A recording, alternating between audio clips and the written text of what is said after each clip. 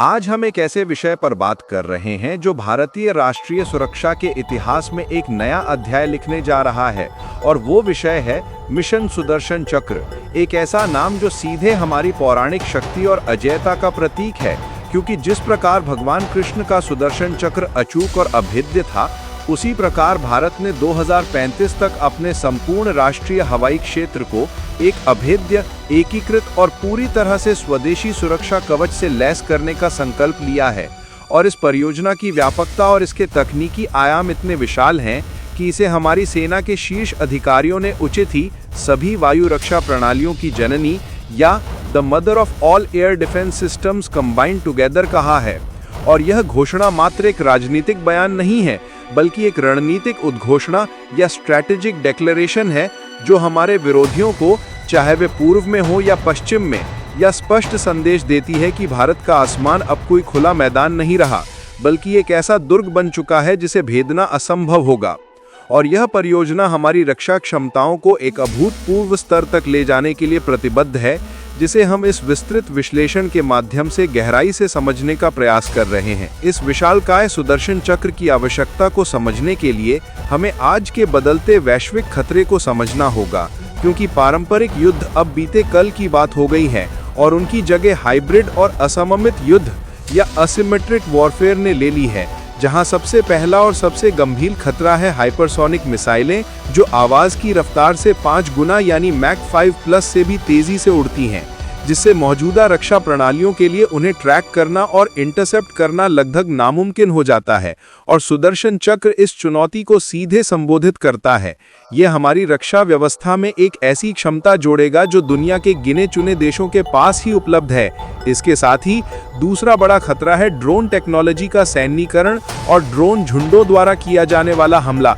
जहां दुश्मन सस्ते छोटे ड्रोन की भीड़ का इस्तेमाल करके हमारे महंगे एयर डिफेंस सिस्टम को भ्रमित करने और निष्क्रिय करने की रणनीति अपना रहे हैं। जैसा कि हाल ही में हमारे पश्चिमी मोर्चे पर हुए ऑपरेशन सिंदूर के दौरान स्पष्ट रूप से देखा गया, जिसने हमें सिखाया कि काउंटर यूएस क्षमताओं को हमारी एयर डिफेंस प्रणाली का सबसे निचला और सबसे घना जाल बनाना होगा। और ये सुदर्शन चक्र की डिजाइन का एक मौलिक सिद्धांत है, क्योंकि यह ड्रोन और छोटी मिसाइलों के हमलों के खिलाफ एक बहुस्तरीय सुरक्षा प्रदान करेगा। और तीसरा सबसे महत्वपूर्ण कारण है हमारी महत्वपूर्ण राष्ट्रीय संपत्तियों को सुरक्षा प्रदान करना, जिनमें हमारे प्रमुख शहर, परमाणु ऊर्जा संयंत्र, तेल रिफाइनरियां और उच्च मूल्य के सैन्य प्रतिष्ठान शामिल हैं, जिनकी सुरक्षा अब महज एक सामरिक विषय नहीं है, बल्कि हमारे राष्ट्र की स्थिरता और निरंतरता का सवाल है। और सुदर्शन चक्र इन सभी संपत्तियों को एक साथ एक ही एआई नियंत्रित ग्रिड में 24 घंटे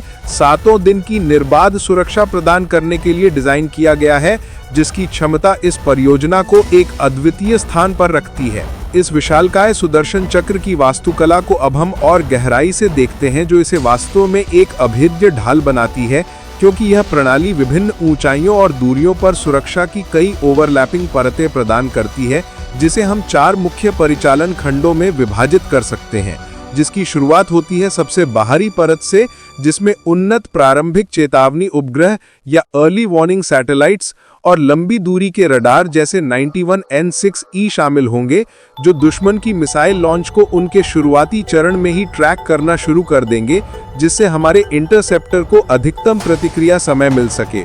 और दूसरी सबसे महत्वपूर्ण और निर्णायक परत है मध्यम से लंबी दूरी का इंटरसेप्शन, जिसे प्रोजेक्ट कुशा के तहत विकसित किया जा रहा है, जो पूरी तरह से स्वदेशी अगली पीढ़ी की मिसाइल रक्षा प्रणाली है और जो रूस की S-400 जैसी क्षमताओं को स्वदेशी तकनीक से प्राप्त करने का हमारा महत्वाकांक्षी प्रयास है।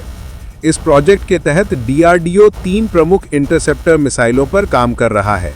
M1 इंटरसेप्टर, जिसकी रेंज 150 किलोमीटर है और इसका पहला परीक्षण 2026 में होना निर्धारित है।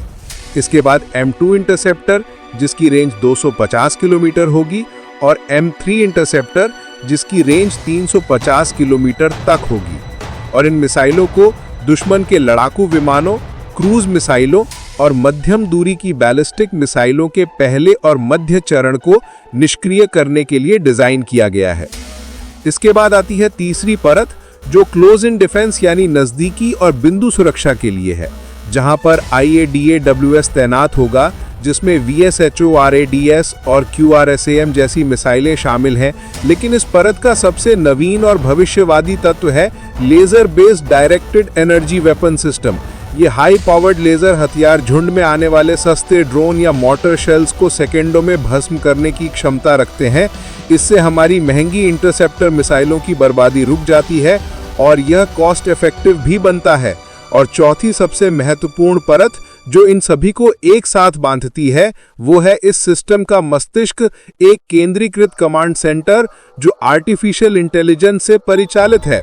क्योंकि इतनी सारी परतों, हजारों रडारों और इंटरसेप्टर को एक साथ एक सेकंड के 1000वें हिस्से में समन्वित करना मानवीय क्षमता से परे है। इसलिए सुदर्शन चक्र डीप डेटा एनालिटिक्स और क्वांटम टेक्नोलॉजी का उपयोग करके रियल टाइम थ्रेट क्लासिफिकेशन करेगा, ऑप्टिमल वेपन सिलेक्शन करेगा और हमारे मौजूदा सीमेडेकैस और आकाश तीर नेटवर्क के साथ पूरी तरह से एकीकृत होगा, जिससे सेना की तीनों शाखाओं के बीच तत्काल और निर्बाध समन्वय सुनिश्चित हो सके। इसके अलावा सुदर्शन चक्र केवल एक रक्षात्मक ढाल नहीं है, बल्कि एक रणनीतिक तलवार भी है, जिसका प्रमुख उद्देश्य दुश्मन को तत्काल और निर्णायक जवाबी हमला करने की क्षमता प्रदान करना है। यह प्रणाली भारत के व्यापक स्ट्राइक आर्सेनल के साथ गहराई से जुड़ी होगी, जिसका अर्थ है कि एक बार जब दुश्मन के हमले का स्रोत ट्रैक और सत्यापित हो जाता है, तो सुदर्शन चक्र स्वचालित या कमांड की अनुमति से हमारे स्ट्राइक प्लेटफॉर्म्स जैसे ब्रह्मोस क्रूज मिसाइलें, प्रलय बैलिस्टिक मिसाइलें और गाइडेड पिनाका रॉकेट सिस्टम को सटीक निशाना सौंप सकती है, जिससे हमारी डिटेरेंस यानी निवारक शक्ति को मजबूती मिलती है।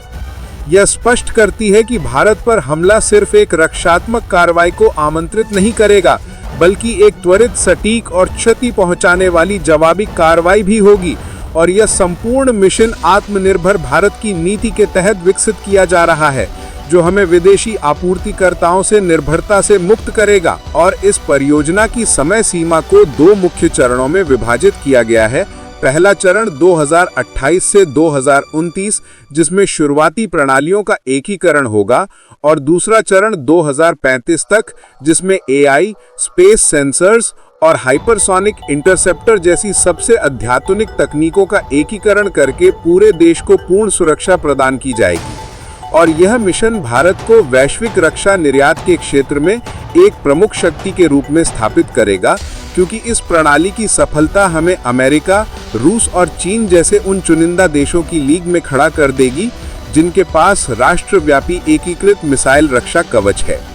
यह हमारी क्षेत्रीय स्थिरता की गारंटी है और इस मिशन का सफल क्रियान्वयन भारत के लिए एक नए युग की शुरुआत होगी, जहां हमारा आसमान सुरक्षित है, हमारी संपत्ति सुरक्षित है और हमारे दुश्मन को पता है कि कोई भी हमला बेहद महंगा पड़ेगा।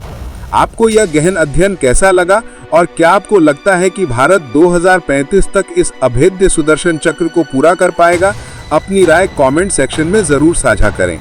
अगर आपको लगता है कि यह जानकारी ज्ञानवर्धक और महत्वपूर्ण थी, तो इस वीडियो को लाइक करें, इसे अपने दोस्तों और देश प्रेमियों के साथ शेयर करें और हमारे चैनल को सब्सक्राइब करना न भूलें, ताकि आप मिशन सुदर्शन चक्र और भारत के ऐसे ही महत्वपूर्ण रक्षा अपडेट्स को सबसे पहले प्राप्त कर सकें। हमेशा जुड़े रहें, हमेशा जागरूक रहें। जय हिंद।